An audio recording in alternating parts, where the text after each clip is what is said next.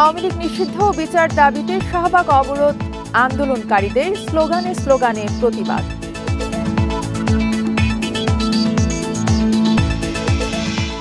আওয়ামী লীগ নিষিদ্ধের দাবি গুরুত্বের সাথে বিবেচনা করছে সরকার, সবাইকে ধৈর্য ধরার আহ্বান।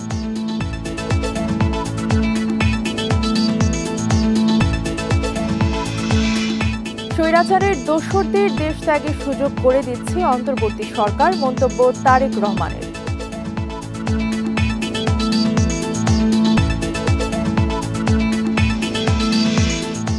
শেখ হাসিনার বিরুদ্ধে গণহত্যার তদন্ত প্রতিবেদন সোমবার, ফেসবুকে স্ট্যাটাসে চিফ প্রসিকিউটর।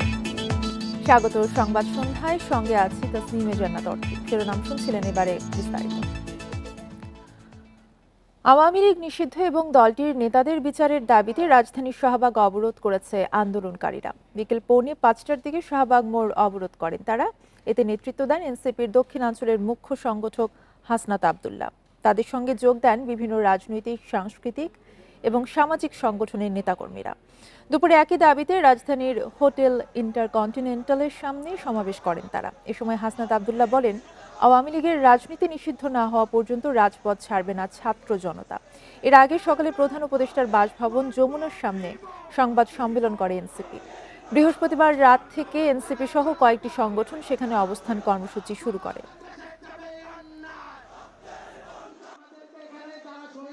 এই আওয়ামী লীগের চ্যাপ্টারটা 5ই আগস্ট ক্লোজ হয়ে গেছে, এটাকে রিওপেন করার চেষ্টা করেন না।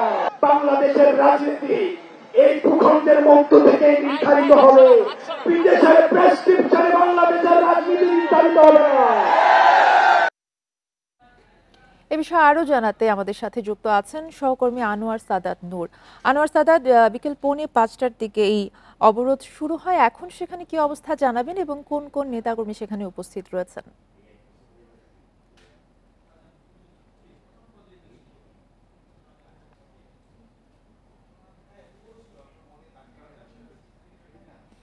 আনোয়ার সাদাত, আপনি শুনতে পাচ্ছেন আমাকে?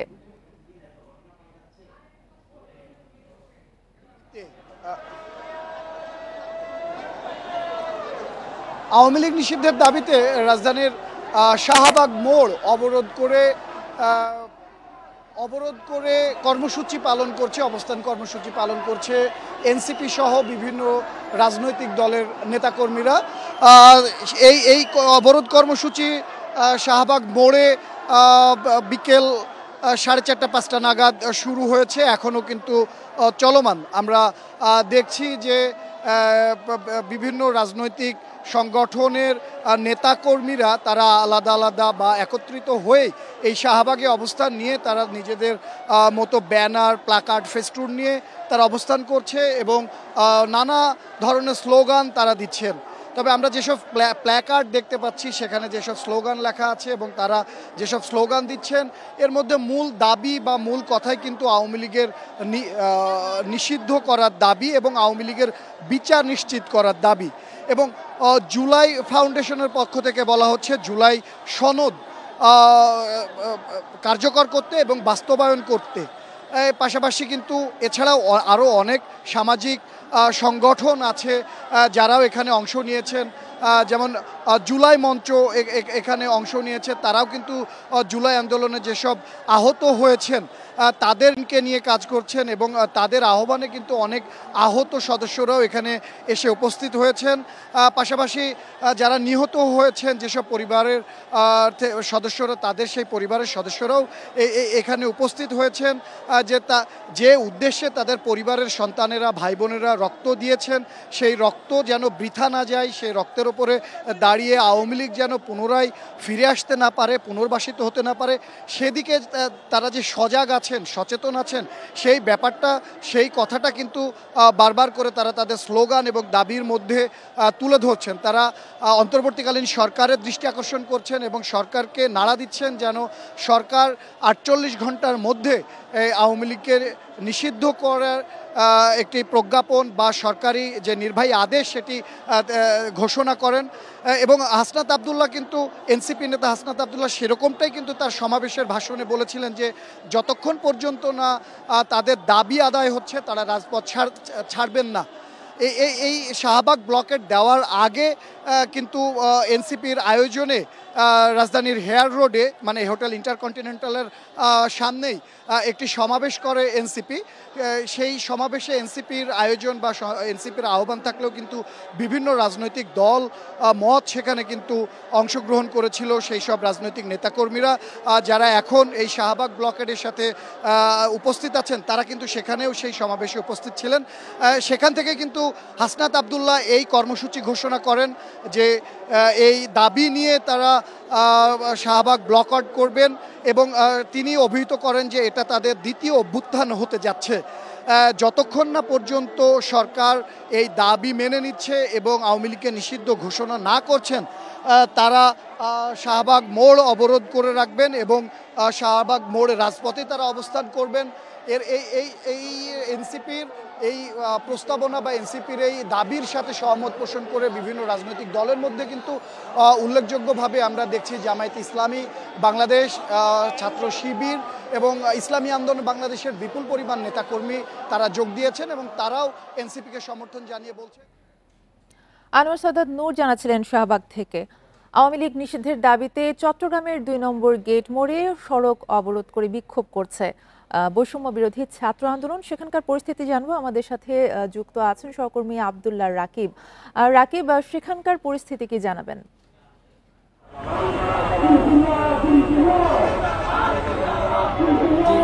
৬টা থেকে যে সড়ক অবরোধ সেটি এখনো কিছুক্ষণ আগেই মূল সড়কের একাংশ ছেড়ে দিয়ে এখন শিক্ষার্থীরা সড়কের পাশে অবস্থান নিয়েছে।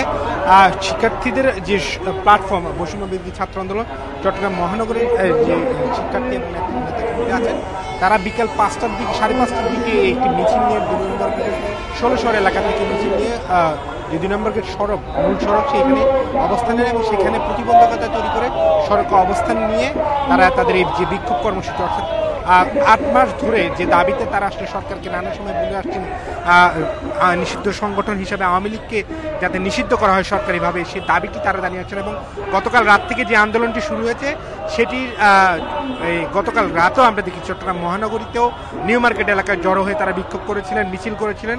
আজকে বিকেলের পর থেকে এই বিক্ষোভ কর্মসূচি তারা পালন করছেন এবং তারা বলছেন যে তাদের যে দাবি দেওয়া এবং সেই দাবি দেওয়া যদি এক দফার যে দাবি সেটি পূরণ না হওয়া পর্যন্ত তারা তাদের বিক্ষোভ কর্মসূচি, সড়ক অবরোধ আরো কঠিনতর আন্দোলন কর্মসূচি চালিয়ে যাবেন। তবে সড়ক থেকে কিছুটা সরে যাওয়ায় মানুষের যে ভোগান্তি তৈরি হয়েছিল, সড়ক জুড়ে যে যানজট তৈরি হয়েছিল, যানবাহন যে ঠাঁই দাঁড়িয়েছিল সেটি কিছুটা কমতে করেছে। তবে এখন পর্যন্ত যেহেতু ১ ঘন্টার কিছু সময় ধরে এই অবরোধ কর্মসূচিটি ছিল ফলে তারা এখন যেহেতু তারা একপাশে অবস্থান নিয়েছে সেক্ষেত্রে কিছুটা ভোগান্তি লাঘব হয়েছে মানুষের। তারা একপাশে অবস্থান নিয়ে স্লোগান দিচ্ছেন এবং বারবার একই দাবি তুলছেন এবং তারা বলছেন সরকারের যে ব্যর্থতা সেই ব্যর্থতাকে তারা চিহ্নিত করে তারা বলছেন এই দাবি দ্রুত মেনে নেওয়া। ধন্যবাদ। আব্দুল্লাহ রাকিব জানাচ্ছিলেন চট্টগ্রাম থেকে। নামে সময় ক্ষেপণ করে অন্তর্বর্তী সরকার স্বৈরাচারের সহযোগীদের দেশ ত্যাগে সহযোগিতা করছে বলে মন্তব্য করেছেন বিএনপির ভারপ্রাপ্ত চেয়ারম্যান তারেক রহমান। নানা ইস্যু তৈরি করে ফ্যাসিবাদ বিরোধী দলগুলোর মধ্যে ফাটল তৈরি করা হচ্ছে বলেও অভিযোগ করেন তিনি।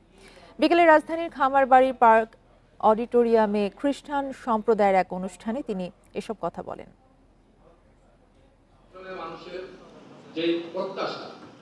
রাজধানীর খামারবাড়ি বার্ক মিলনায়তনে বাংলাদেশ খ্রিস্টান ফোরাম আয়োজিত ইস্টার পুনর্মিলনী ও শুভেচ্ছা বিনিময় অনুষ্ঠান। সারা দেশ থেকে আসা খ্রিস্টান ধর্মাবলম্বীদের পাশাপাশি উপস্থিত ছিলেন বিএনপির অঙ্গ সংগঠনের নেতারা। অনুষ্ঠানে বিএনপির মহাসচিব মির্জা ফখরুল ইসলাম আলমগীর বলেন, দেশের ক্লান্তিলগ্নে ধর্ম নিয়ে বিভাজন না করে সবাইকে ঐক্যবদ্ধ থাকতে হবে। আমরা একটা রাষ্ট্র চাই যেখানে সবাই সবার কথা বলতে পারবে, সমান অধিকার থাকবে এবং সে তার ভোট দিয়ে তার প্রতিনিধি নির্বাচিত করতে পারবে। এই বিষয়টাই আমরা চাই। আজকে সেই সুযোগ এসেছে, আমরা আশা করব যে আমরা সবাই মিলে আমরা সেই সুযোগের সদ্ব্যবহার করে আমরা সত্যিকার অর্থেই একটা ঐক্যবদ্ধ গণতান্ত্রিক বাংলাদেশ আমরা তৈরি করতে সক্ষম হব। প্রধান অতিথির বক্তব্যে বিএনপির ভারপ্রাপ্ত চেয়ারম্যান তারেক রহমান বলেন, স্বৈরাচারদের দোসরদের দেশত্যাগে সুযোগ করে দিচ্ছে বর্তমান সরকার। সংস্কারের নামে সময় ক্ষেপণ করে অন্তর্বর্তীকালীন সরকার একদিকে যেমন হয়তোবা পলাতক স্বৈরাচার এবং তাতে দোসরদেরকে নিরাপদে দেশ ত্যাগের সুযোগ করে দিচ্ছে, অত্যন্ত সুকৌশলে নানা ইস্যু সৃষ্টি করে স্বৈরাচার বা ফ্যাসিবাদে বিরোধী যে রাজনৈতিক দলগুলো আমরা যারা মাঠে ছিলাম, সেই দলগুলোর ঐক্যের মধ্যে ফাটল ধরানোর একটা ক্ষেত্র হয়তো তৈরি করতে চাইছে। বর্তমান প্রেক্ষাপটে অন্তর্বর্তী সরকার দায়িত্ব পালন করতে পারছে কিনা তা নিয়ে মানুষের মনে শঙ্কা তৈরি হয়েছে বলেও মন্তব্য করেন তিনি। সরকার তাদের দায়িত্ব পালনে সক্ষমতার পরিচয় দিতে পারছে কিনা এ নিয়ে সমাজের বিভিন্ন শ্রেণী পেশার মানুষের মধ্যে কিন্তু ধীরে ধীরে সংশয় সৃষ্টি হচ্ছে।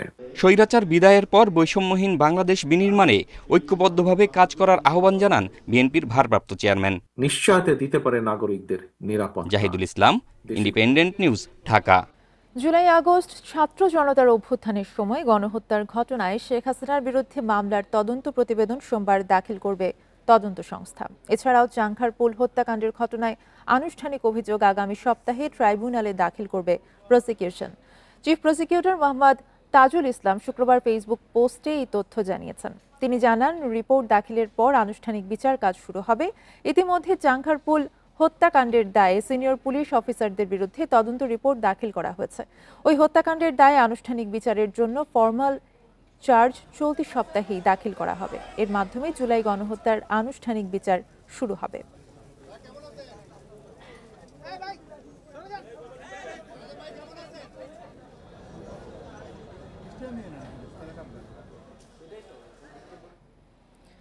নারায়ণগঞ্জের সাবেক সিটি মেয়র সেলিনা হায়াত আইভীকে সিদ্ধিরগঞ্জের মিনারুল হত্যা মামলায় কারাগারে পাঠানোর আদেশ দিয়েছেন আদালত। এর আগে 6.5 ঘন্টার অভিযানের পর ভোর 6:45টার দিকে তাকে নিজ বাড়ি থেকে গ্রেফতার করা হয়। রাতে অভিযানে গিয়ে অবরুদ্ধ অবস্থায় পড়েন পুলিশ সদস্যরা।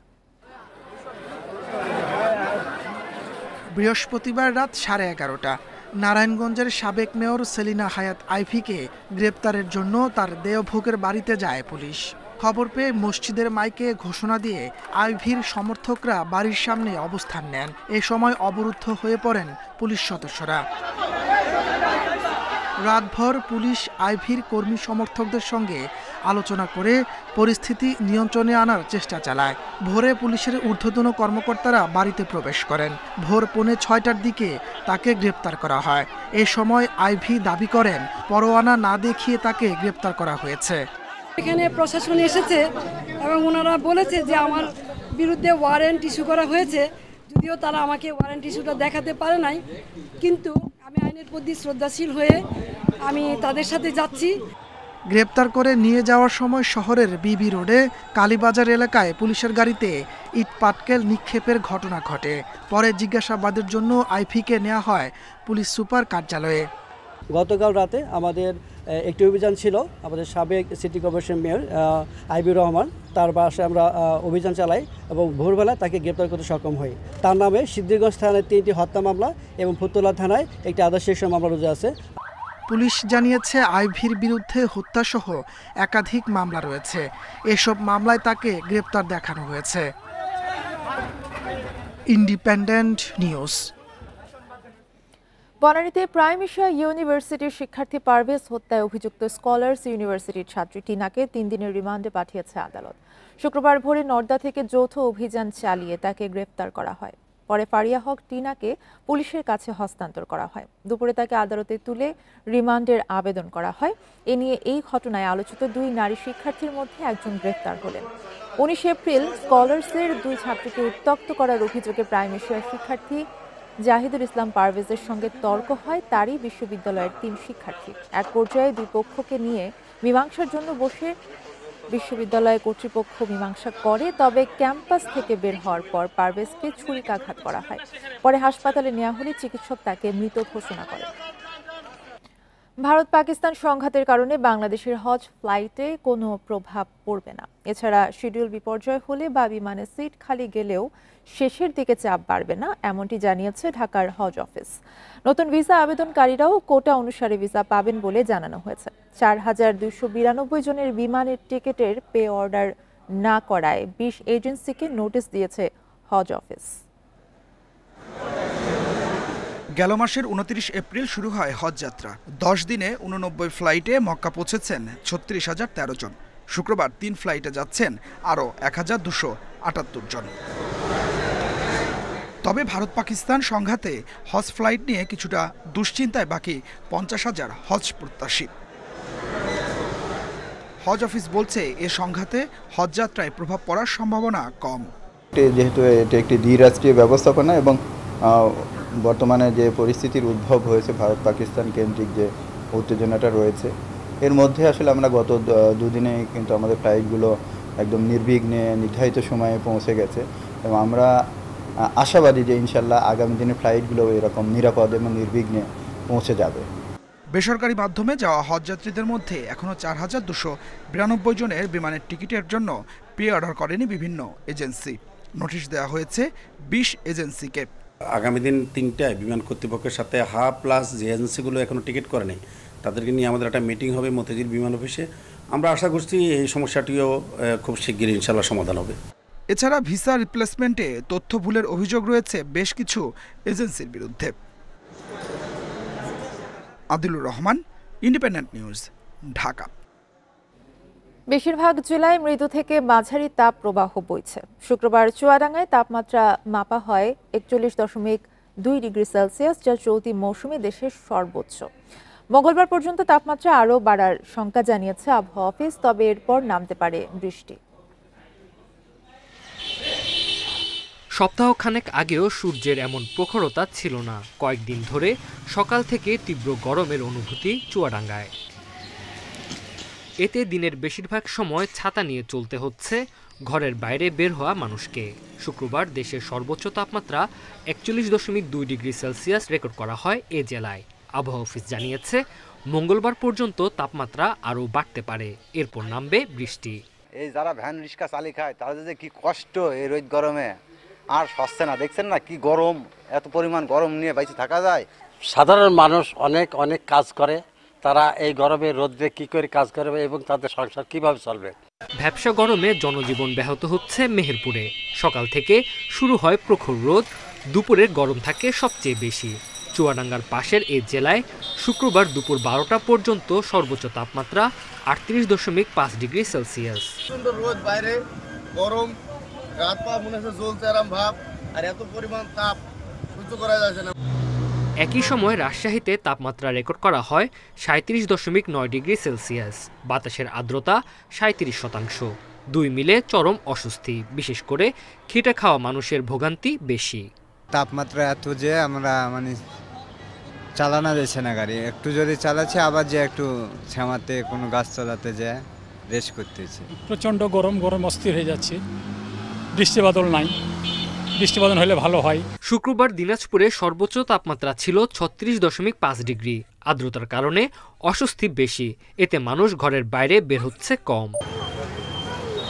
সাগর লাগোয়া কুয়াকাটায়ও মৃদু তাপপ্রবাহ।